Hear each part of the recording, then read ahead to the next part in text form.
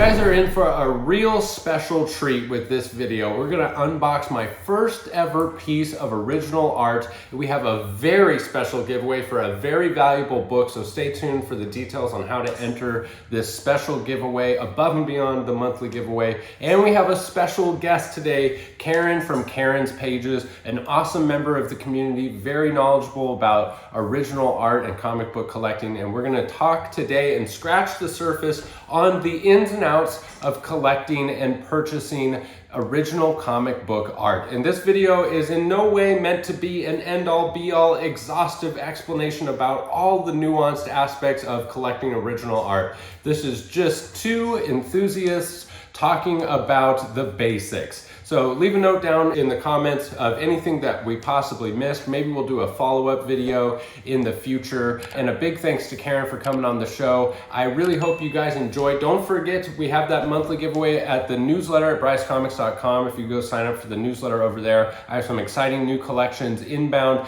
And follow me over on Whatnot. There's a link down in the description for $15 towards your first purchase. If you're new to Whatnot, we have a ton of amazing new shows lined up on Whatnot, and you can follow that link and go bookmark those shows. We're having a ton of fun, and I really hope you guys enjoy today's special video with Karen. So Karen, thank you so much for coming on the show today. It's great to have you. It's good to be here, Bri. Thank you for having me. So for those that don't know Karen, this is Karen from Karen's Pages. I'll show you her YouTube channel here. We are going to do a special collaboration giveaway. So I always like to do a cross promotion giveaway, and since we're talking about original art, I'm going to give away a slab with an original sketch on it. So for those of you that are subscribed to my channel, you're pretty well versed in how we do giveaways. So you subscribe to the channel, comment and like the video, and you're entered to win. So you're going to comment down below Karen's Pages or anything with Karen. Thank you, Karen. You rock, Karen. Something about the show today. Just make sure you put the word Karen, because I'm going to search the comments for that word. I'm going to draw a winner, and then we're going to go over to Karen's page and make sure that you're subscribed. Okay, guys, she has less than 1,000 subscribers, so you have to also subscribe to Karen's Pages. Go and watch any one of these amazing videos that she has about original comic book art for the most part. And if you do those two things, subscribe to this channel, comment and like, and then hop over to Karen's channel and subscribe over there as well. You're entered to win this amazing slab. Young Marcus is going to put it on the screen right now. It's going to be a CGC 9.8 signature series with a custom sketch. I think it's a Batman Who Laughs with an original sketch by Mike Mayhew. That's really awesome. But I just need to make sure that I still have that in stock before I say I'm going to give away. It's going to be an awesome slab. Do those things and you're entered to win. So let's see if we can get her to 1,000 subs, you guys. What do you think about that? Yeah, that'd be awesome. All right, so here it is, guys. So there's some interesting stuff written here. So here you can see it says there's a man who leads a life of danger, and this is like taped on over, well, no, it's taped on, there's like a plastic sheet here. So very strange. So you see this like plastic sheet. It's got the strip down here at the bottom that shows like all those details on the indicia, and that there, and then you've got this page, which is like an overlay of some kind, as you can see that. It says Untold Tales up at the top right, Untold Tales of Spider-Man, number -1, page 1, color hold rainbow effect. So you can see this is some kind of, this is hand drawn. Zoom in on the top left black marks and you can see the actual pen marks and stuff. So that's actually hand drawn, and there's some kind of like whiteout or something. Very interesting. And then this is the art drawn by John Romita Sr., R.I.P. John Romita, of his boss Stan Lee. Here you can see this red squiggly line, and color wavy line is red line hold, dripping blood effect. So Let's read what it says real quick. In case you didn't catch the name, it's Lee, Stan Lee. Wait, before you storm Marvel's office and demand your money back, our story isn't about me, honest. Hey, this isn't even a real gun. No, the real Danger Man will affect the life of our wondrous wall crawler even before he was born. Through the magic of your imagination, come back with me to a fateful evening over 25 years ago. So, I want to show you guys here real quick. This is the actual book that it came from, Untold Tales of Spider-Man, number -1. See how it says -1 right there? And there was actually 2 series for Untold Tales of Spider-Man. You can see the original Ditko up in the top left, and there it is. So dripping red blood effect, as you see right here, that's what he meant by that. So all of that is dripping red blood. It's so interesting how this translates. So if we look at this, this was the overlay. Very interesting.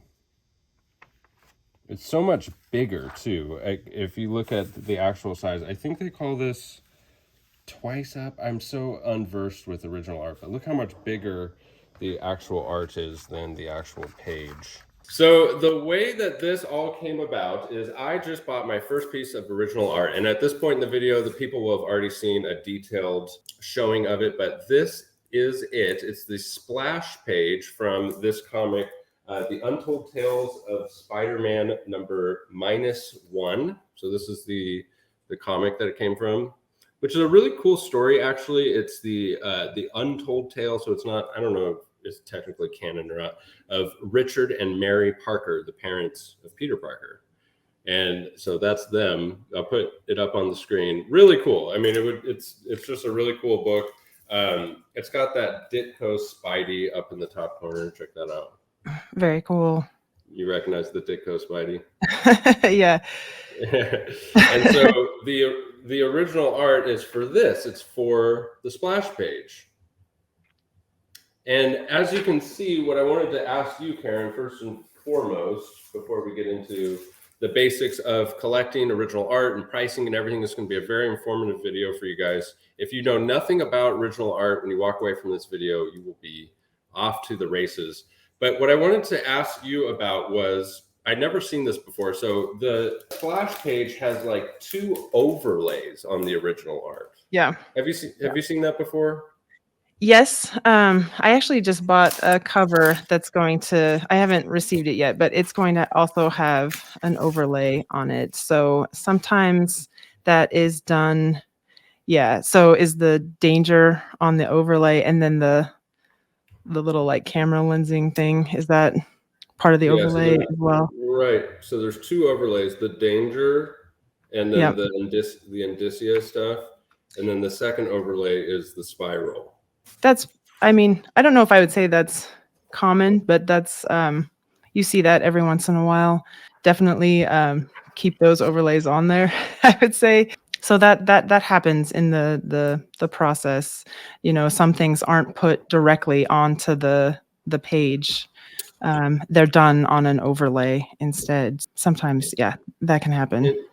Interesting. So some splash pages, maybe they just had the artist where you like actually put the indicia stuff at the bottom, and then other times they just added in after. It's just, yeah. So depending on what time period you're in too. So older pages will have all of that put, can have it put right on the page, and like word balloons and stuff will be right on the page. And then sometimes they'll paste the word balloons or the artist information and all that stuff like you're talking about on the title page. They'll paste a separate piece of paper right onto the original board as well. Okay. And sometimes like over time those can fall off and stuff, so you just have like glue there and stuff. So right, I've seen that. Depends. Yeah, sometimes it kind of just depends on which era you're looking at for comics. And then sometimes they do it in overlays. Sometimes it's done digitally. It just depends. Depends on the page. Yeah. Yeah, so it depends on the era and the page. I would imagine, most stuff, newer stuff, is all done in post. So that's a great segue into the first point here, which I think is probably the most important point is, how to price and value original art. With comic books, it's so easy because you have GP analysis and all these different, data tracking websites that have recent sales, and then you can even go and look on eBay and see what current ones are listed for because there's so many. But with original art, obviously, it's every single piece of original art is a one of one.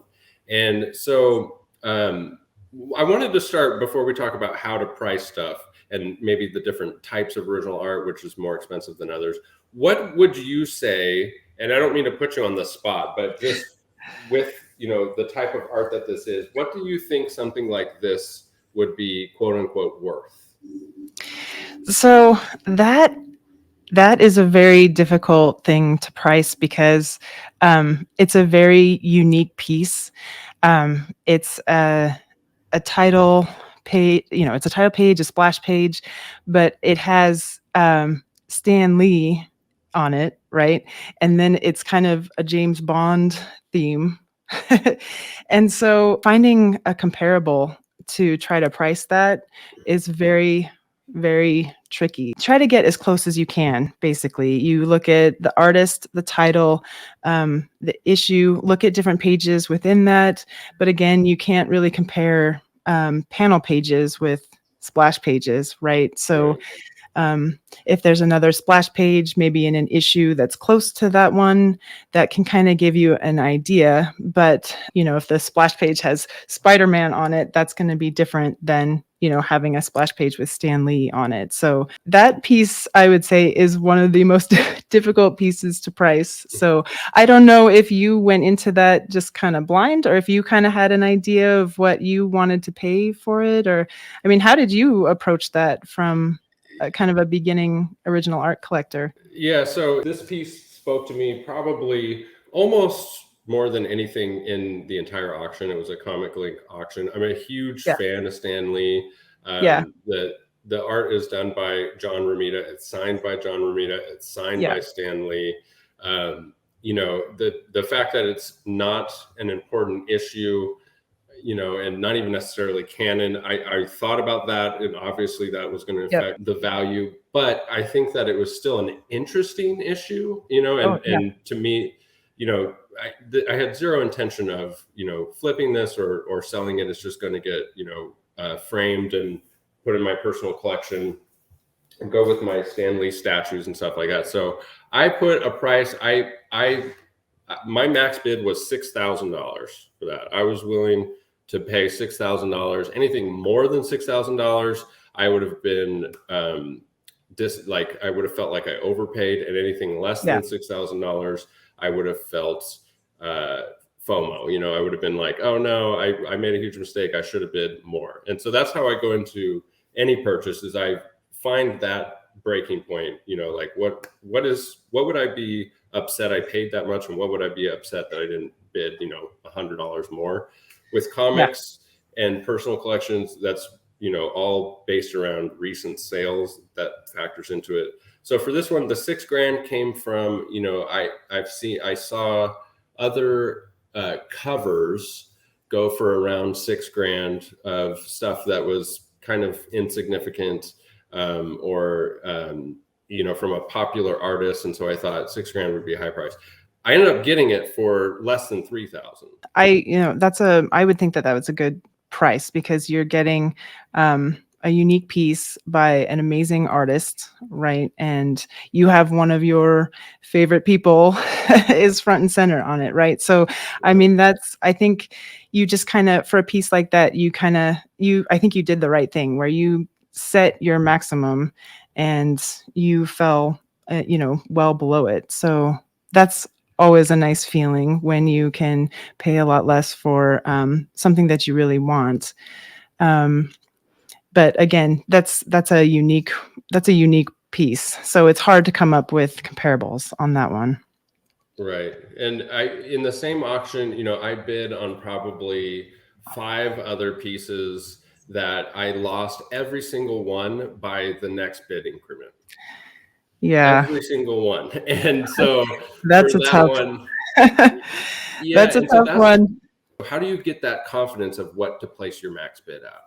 So for me, it's all about looking at the comparables, and the better your comparable is, the better your price range is going to be. And what I mean by that is, I typically go through previous auction sales, and I typically use Heritage because they have all of their previous sales are still there, and all the prices that their pieces went for. Everything is still up over the last 20 years. Um, you don't really want to go back that far, though, if you're looking for a comparable. You want to go maybe the last year or two. You want to stay within the same title. And if it's a panel page, you want to keep that the same thing, right? You want a panel page. So for an example, let's say you're looking at Fantastic Four. Say you really like Jack Kirby art, right? He's really expensive, but you want to stay like Fantastic Four, Jack Kirby. Sometimes the inker matters. A lot of people like Joe Sinnott. So let's say you're looking at a Kirby Sinnott Fantastic Four page, and it's a panel page. So you want to go back through previous auction sales, look at those Kirby Sinnott panel pages, and you want to, it can get really detailed. So if your page has, let's say, the entire Fantastic Four team on it, you want to look at other pages that have a similar, the similar characters on that page, similar panel layout. Look at the action on the page. If your page is full of action, you want to find a similar page full of action. If everybody's in costume, that can matter as well. So you want to find a page with the whole team in costume. And then certain things can spike the price of a page. Like if you are looking at Kirby Sinnott and there's a little Silver Surfer on the page, that page is, you know, much more expensive, or Doctor Doom or something. So, um, those characters that everybody wants, if they make an appearance on your page, then that can really spike the price. So you really want to find a comparable that's really, really close to whatever you're looking at. And of course, splash pages go for more, covers can go for a lot more. So you want to try to compare apples to apples. But even then, it gets very, very difficult. And even when you find a price range that you're pretty sure your page is going to go for, when you get to the auction at Heritage, they do the live auctions, right? So that's easier than Comic Link. I've kind of gotten used to Heritage, where it's kind of a slower process, where you don't have to put in kind of your final bid to kind of snipe at the end, right? Everything's kind of more transparent and a little bit slower, so you can kind of see how the page is going and the price increasing. But yeah, so you can get two people who really want a page, and they can get into a bidding war, and then that fair market value that you thought you had based on your price comparables kind of just goes out the window all of a sudden, right? So Right. So, do you find then with original art, do you find that there is relative high consistency in these things? So, for example, if you had 10 pages of Fantastic Four that were very comparable, right? And they were all yeah. in the same auction. Do you find that they're consistent with the pricing, or is there a lot of opportunities in the original art world where, say, something that should have sold for 5,000 because of what it is and the comparables, and it only ended up selling for 2 or 3,000? Does that happen a lot, or does the market do a good job of making it very consistent? Yes and no. I'd say it depends on which artist, which title you are looking at. Recently there was a huge boom, just like with comics, in original art. So the prices um, have increased quite a bit over the last couple years. Um, and then I would say in the last couple auctions that I have looked at, and I typically look at a lot of different pieces in each auction, some of the prices were a little bit surprising, and it looked like certain pieces were coming down a little bit. But then other pieces went for higher than what I would have thought. So it's very difficult with original art because it just depends on what you're looking at. Because certain things can spike, certain things can soften a little bit. It just depends. But if you can find a decent amount of comparables and like you're saying, like 10 or so comparables, usually you can get pretty close within a pretty tight range. But again, it just depends on what you're looking at. It makes it very difficult. It's very different from comics. So it's something that you really have to just kind of get into, do a lot of research, find what you like, and try to get comfortable with it and familiar with it. So that is a great segue into our second point here, which is where is the best place to buy? So we talked about Comic Link and Heritage. So is Heritage your preferred place to buy? Yeah, for sure. I've bought a lot of pieces recently from Heritage. I like how they lay out all of their pages, and there's a lot of previous sales. You can go back and look at the comparables. We're going to run through just a quick little example here for those that are interested in, like, how would you even get started with something like this?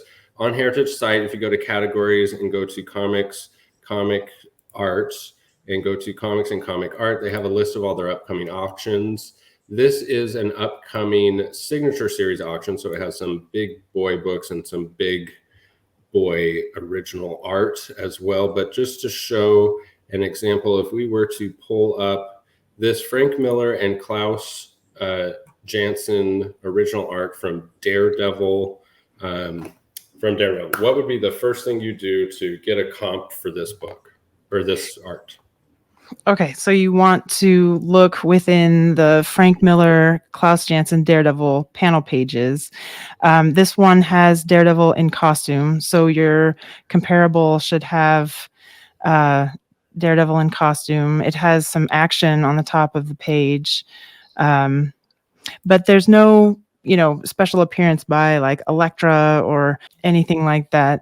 So you want to make sure your comparable doesn't have like Elektra or Kingpin or something on it that's going to jump the price maybe even more. So you want to just look at the panel layout in general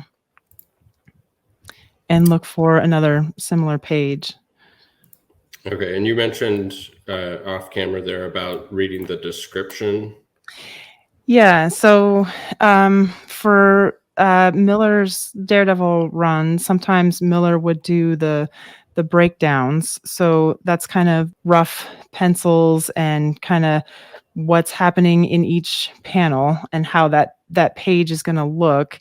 And then Klaus Janson came over and did the finished pencil work, and then Klaus Janson also inked over his own finished pencils. So that's a little bit different than how artists will typically do a page. Typically an artist will do, there's one artist that'll do finished pencils, and then there's another artist that will do the inking over the top of those finished pencils. Okay, so this is original art by Frank Miller and Klaus Janson.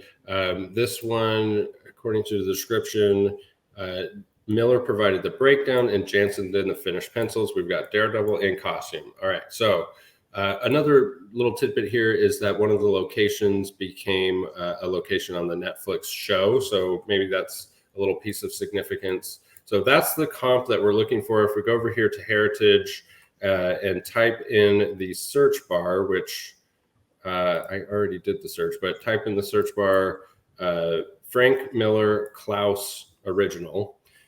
You'll get stuff that's available now, and you'll see the piece that we were actually looking at. And then you have this tab here, which is view past sales and prices. Oh, that's what we're on.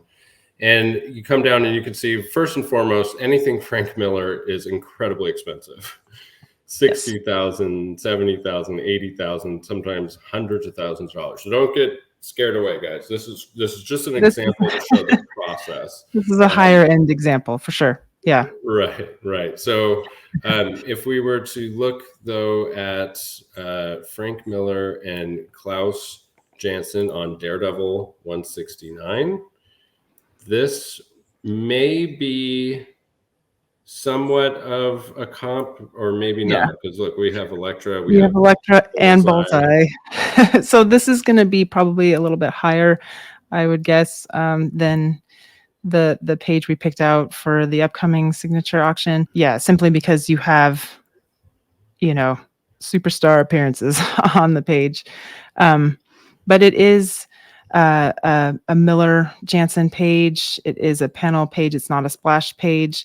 It does have Daredevil in costume, so there are some similarities there.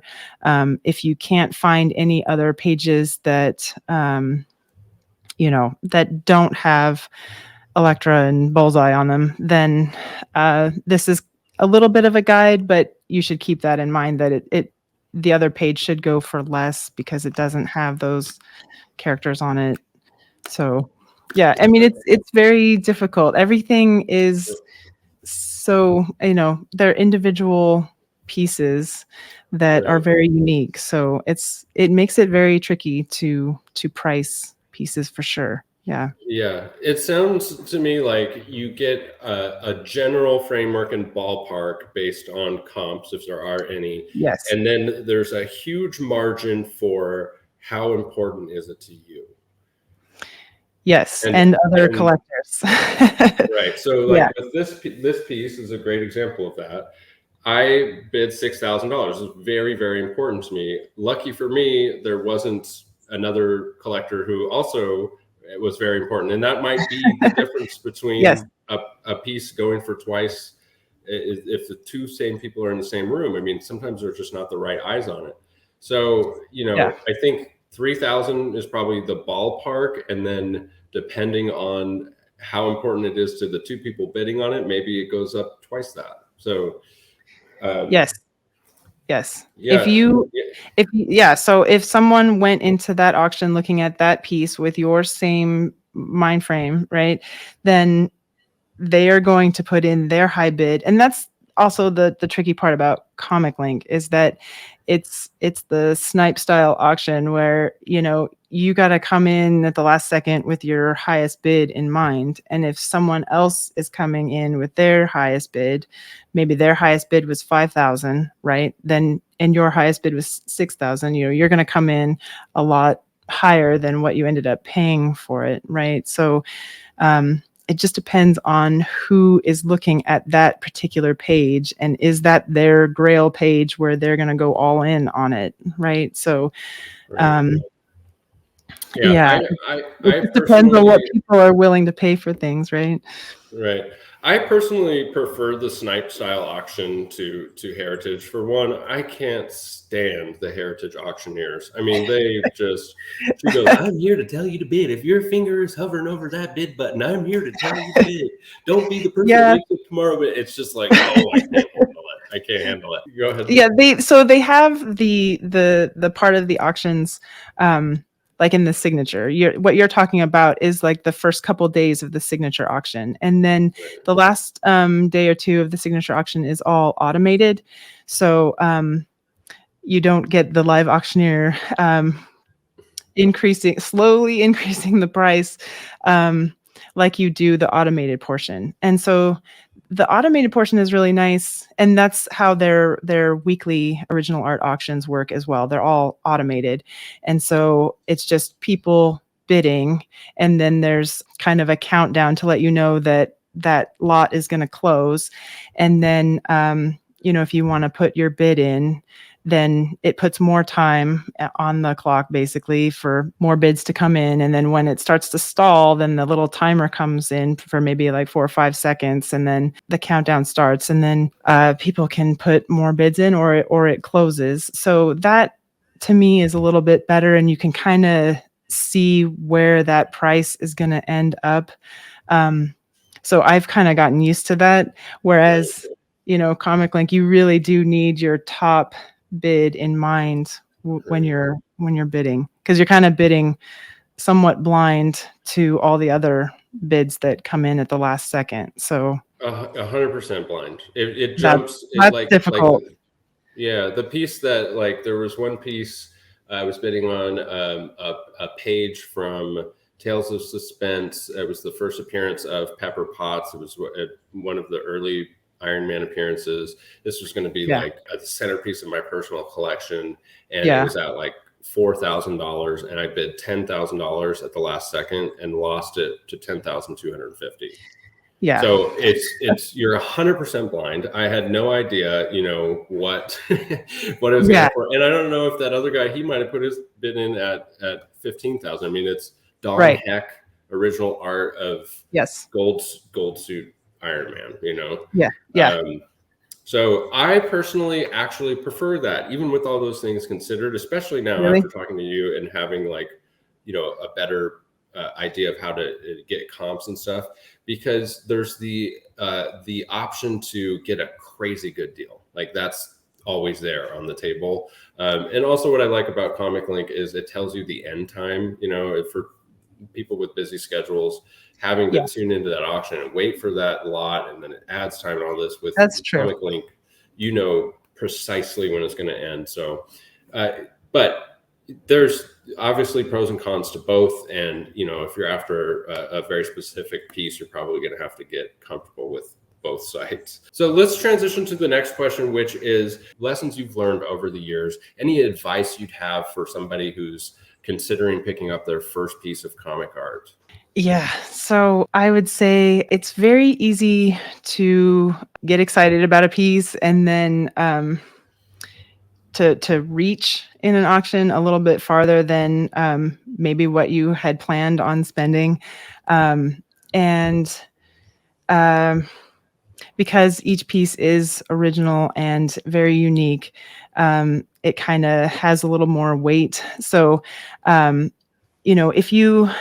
if you lose out on a comic book, the odds of that comic book coming up again, maybe the next week or in the next couple weeks, are pretty good, right? You can get one in a similar condition and similar grade, and you're going to be okay because that's going to come up in another week or two. But with original art, it might not ever come up again, right? So each page, you kind of have to make a decision. Am I okay with letting this one go if it goes up above my budget, or is this my Grail must-have page that I'm going to cherish forever, right? And then maybe it's okay to go a little bit above your budget sometimes on those types of pages. But if it's just a page, you kind of like, you're kind of looking at, you've done your research and you have your budget in mind, but you get into a bidding war with somebody else, then it's okay to let that page go because even though it is unique, there's always amazing original art that comes up all the time. And I guess I would also mention, in addition to auctions, there's dealers. Sometimes if you're collecting modern art, the artist will have their own website and sell their own art. There's you can pick up original art at Comic Cons, and even some YouTubers do claim sales and stuff. And so there's always places you can get just amazing pieces at. So try not, if it's not your Grail page, then don't go too far over your budget because there's always going to be something spectacular that comes up in the near future or future. So I would say don't reach. We've all been there. We've all had to let pages go.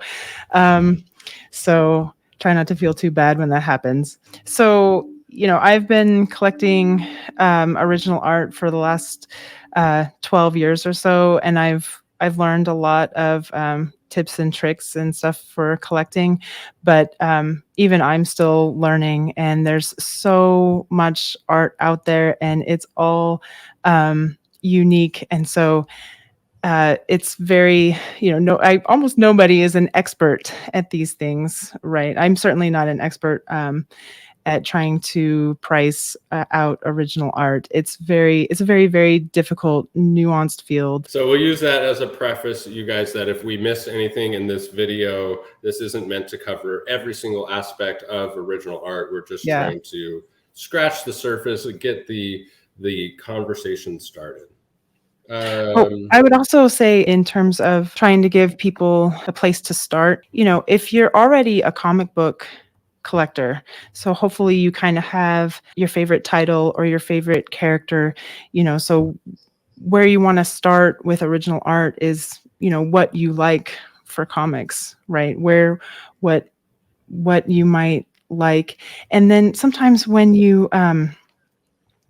looking at a page, I've done this myself, and you're not sure, and it's maybe going to be in the four-figure range, or you're going to spend a decent amount of money on it, and so maybe you figure you can only get one page like that, but you're not sure if that's the page you should go for, or if you should wait for, is there any other better page that comes up? A lot of the times what I'll do is I'll look through, if I'm looking at a particular title, I'll go through like an omnibus or readers' copies of comics, and I'll see just what is available within that title. What do I think are the best pages? What is the type of thing that I like, and what do I want to buy? And is this one that I see coming up at auction, is that the type of page that I want? Is that my one awesome page from this run of this comic? That's can sometimes kind of help you make that decision if you're going to make a kind of a larger purchase. So just to kind of really know what you like, because that's what all original art collectors will tell you: buy what you like, because then you can't go wrong, right? You'll always be happy with the piece. All right, so don't forget, you guys, we have this amazing giveaway in this video where you can win this awesome slab that Marcus is going to put up on the screen right here. All you have to do is subscribe, comment, and like this video, and then hop over to Karen's page and subscribe to her channel as well. There'll be a link down in the description.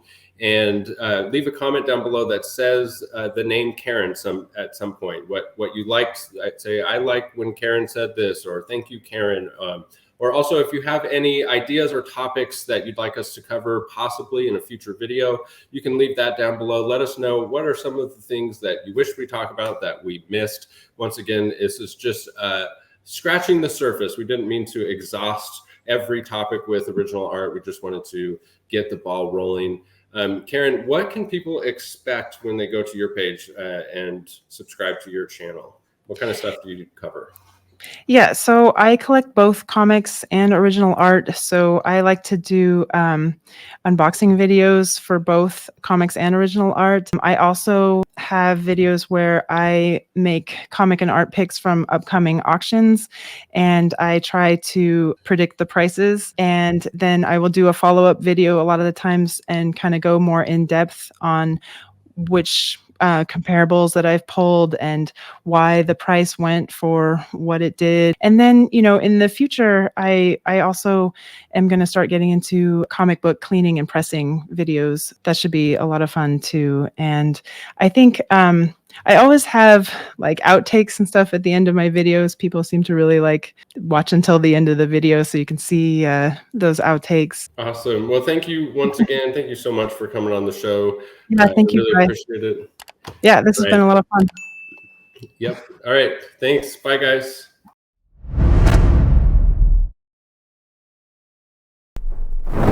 So, anyways, Marcus, just cut that whole part out. I went on like a little tail right there. Cut it out, Marcus.